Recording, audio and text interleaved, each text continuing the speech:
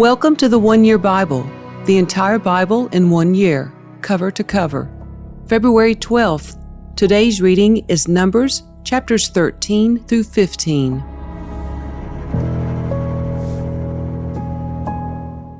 The Lord now said to Moses, "Send out men to explore the land of Canaan, the land I am giving to the Israelites.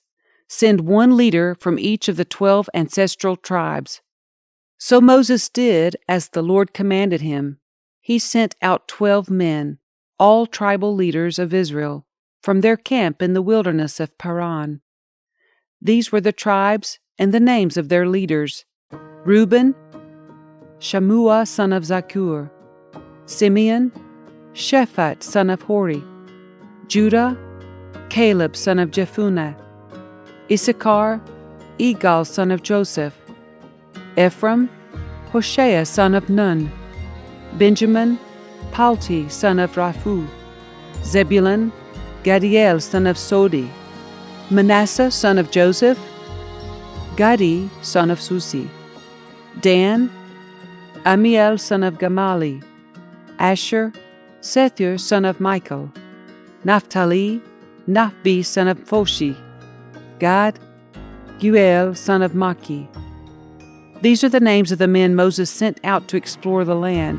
Moses called Hoshea son of Nun by the name Joshua. Moses gave the men these instructions as he sent them out to explore the land. "Go north through the Negev into the hill country. See what the land is like and find out whether the people living there are strong or weak, few or many. See what kind of land they live in. Is it good or bad? Do their towns have walls, or are they unprotected like open camps? Is the soil fertile or poor? Are there many trees? Do your best to bring back samples of the crops you see." It happened to be the season for harvesting the first ripe grapes. So they went up and explored the land from the wilderness of Zin as far as Rehob near Lebo Hamath. Going north, they passed through the Negev and arrived at Hebron, where Ahiman, Shishai, and Talmai, all descendants of Anak, lived. The ancient town of Hebron was founded 7 years before the Egyptian city of Zoan. When they came to the valley of Eshcol, they cut down a branch with a single cluster of grapes so large that it took 2 of them to carry it on a pole between them. They also brought back samples of the pomegranates and figs. That place was called the Valley of Eshcol, which means cluster, because of the cluster of grapes the Israelite men cut there.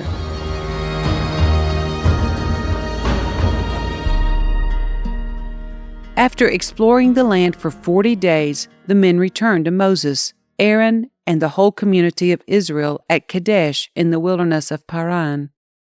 They reported to the whole community what they had seen and showed them the fruit they had taken from the land. This was their report to Moses. "We entered the land you sent us to explore, and it is indeed a bountiful country, a land flowing with milk and honey. Here is the kind of fruit it produces. But the people living there are powerful, and their towns are large and fortified. We even saw giants there, the descendants of Anak. The Amalekites live in the Negev, and the Hittites, Jebusites, and Amorites live in the hill country. The Canaanites live along the coast of the Mediterranean Sea and along the Jordan Valley." But Caleb tried to quiet the people as they stood before Moses. "Let's go at once to take the land," he said. "We can certainly conquer it." But the other men who had explored the land with him disagreed. "We can't go up against them. They are stronger than we are." So they spread this bad report about the land among the Israelites. "The land we traveled through and explored will devour anyone who goes to live there. All the people we saw were huge. We even saw giants there, the descendants of Anak. Next to them we felt like grasshoppers, and that's what they thought too." Then the whole community began weeping aloud, and they cried all night. Their voices rose in a great chorus of protest against Moses and Aaron. "If only we had died in Egypt, or even here in the wilderness," they complained. Why is the Lord taking us to this country only to have us die in battle? Our wives and our little ones will be carried off as plunder. Wouldn't it be better for us to return to Egypt?" Then they plotted among themselves, "Let's choose a new leader and go back to Egypt." Then Moses and Aaron fell face down on the ground before the whole community of Israel. Two of the men who had explored the land, Joshua son of Nun and Caleb son of Jephunneh, tore their clothing. They said to all the people of Israel, "The land we traveled through and explored is a wonderful land, and if the Lord is pleased with us, He will bring us safely into that land and give it to us. It is a rich land flowing with milk and honey. Do not rebel against the Lord, and don't be afraid of the people of the land. They are only helpless prey to us. They have no protection, but the Lord is with us. Don't be afraid of them." But the whole community began to talk about stoning Joshua and Caleb. Then the glorious presence of the Lord appeared to all the Israelites at the tabernacle. And the Lord said to Moses, "How long will these people treat me with contempt? Will they never believe me, even after all the miraculous signs I have done among them? I will disown them and destroy them with a plague. Then I will make you into a nation greater and mightier than they are." But Moses objected. "What will the Egyptians think when they hear about it?" he asked the Lord. "They know full well the power you displayed in rescuing your people from Egypt. Now, if you destroy them, the Egyptians will send a report to the inhabitants of this land, who have already heard that you live among your people. They know, Lord, that you have appeared to your people face to face, and that your pillar of cloud hovers over them. They know that you go before them in the pillar of cloud by day and the pillar of fire by night. Now, if you slaughter all these people with a single blow, the nations that have heard of your fame will say, 'The Lord was not able to bring them into the land He swore to give them, so He killed them in the wilderness.' Please, Lord, please, prove that your power is as great as you have claimed. For you said, 'The Lord is slow to anger and filled with unfailing love, forgiving every kind of sin and rebellion. But He does not excuse the guilty. He lays the sins of the parents upon their children. The entire family is affected, even children in the third and fourth generations.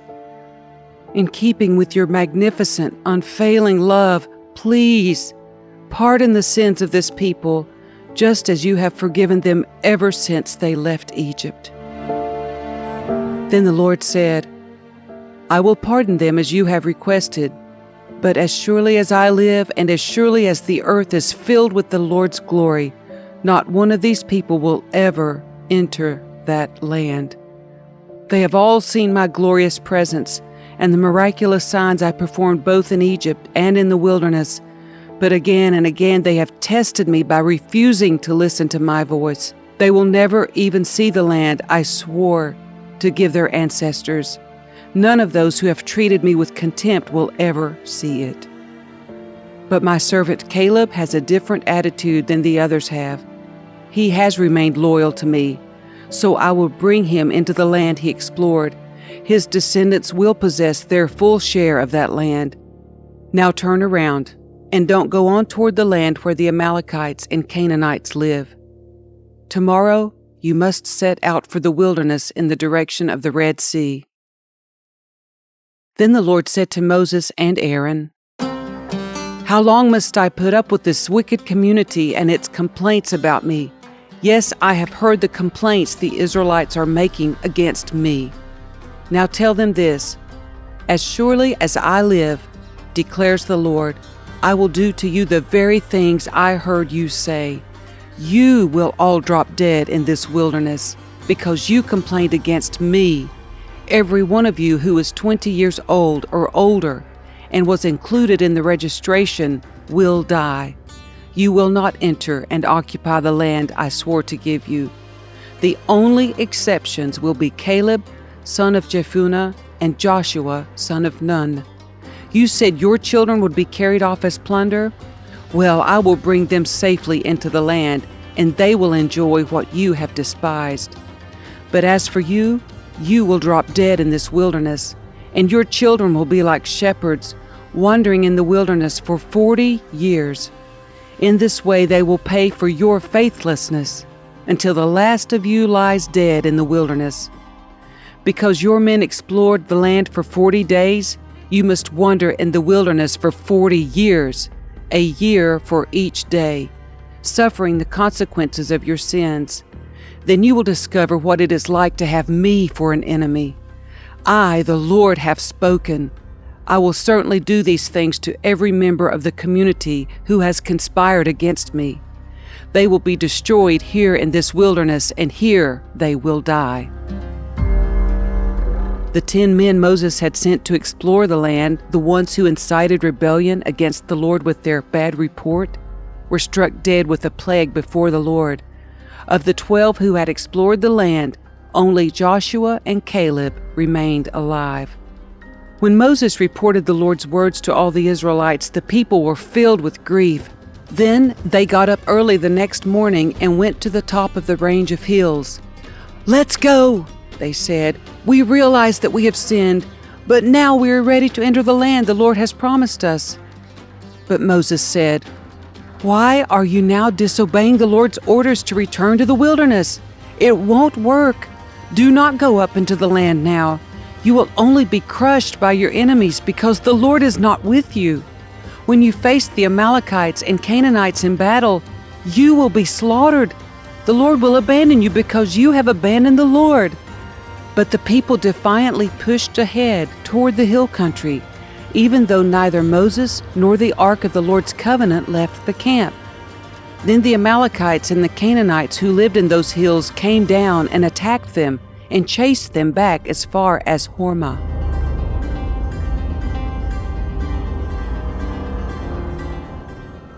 Then the Lord told Moses, "Give the following instructions to the people of Israel. When you finally settle in the land I am giving you, you will offer special gifts as a pleasing aroma to the Lord.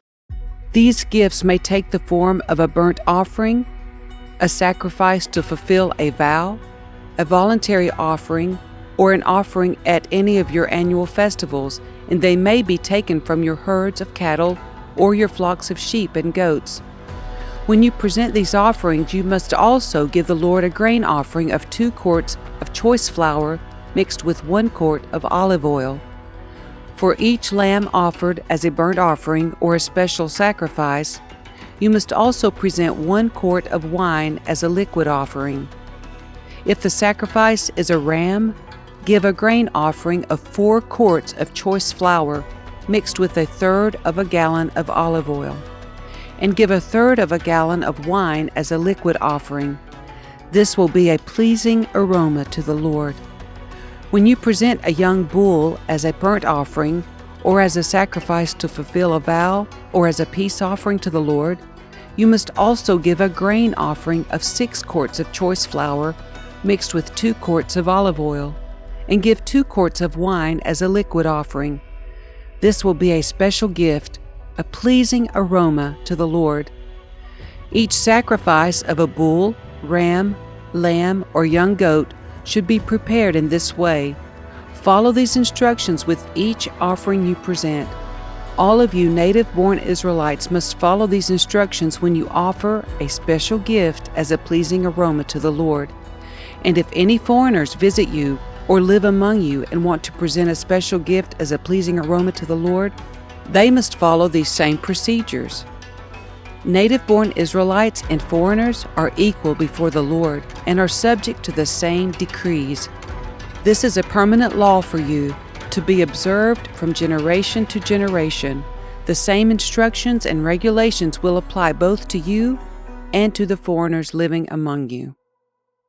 Then the Lord said to Moses, "Give the following instructions to the people of Israel. When you arrive in the land where I am taking you, and you eat the crops that grow there, you must set some aside as a sacred offering to the Lord. Present a cake from the first of the flour you grind, and set it aside as a sacred offering, as you do with the first grain from the threshing floor. Throughout the generations to come, you are to present a sacred offering to the Lord each year from the first of your ground flour. But suppose you unintentionally fail to carry out all these commands that the Lord has given you through Moses, and suppose your descendants in the future fail to do everything the Lord has commanded through Moses. If the mistake was made unintentionally and the community was unaware of it, the whole community must present a young bull for a burnt offering as a pleasing aroma to the Lord. It must be offered along with its prescribed grain offering and liquid offering, and with one male goat for a sin offering.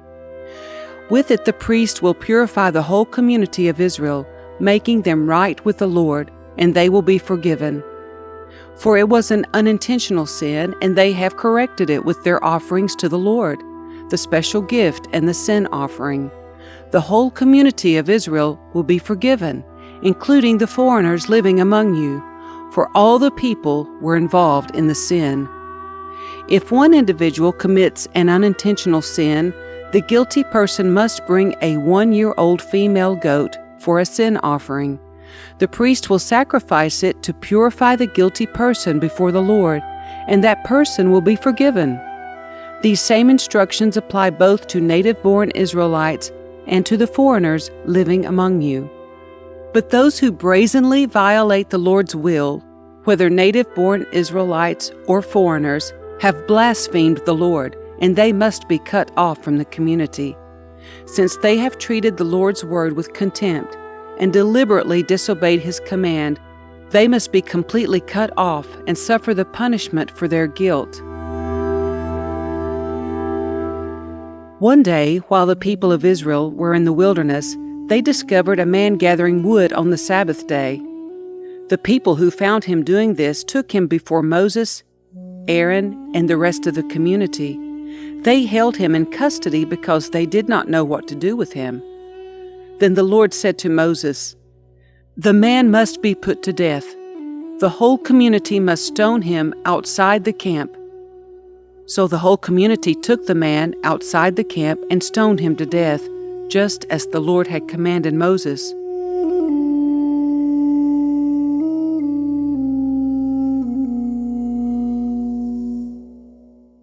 Then the Lord said to Moses, "Give the following instructions to the people of Israel.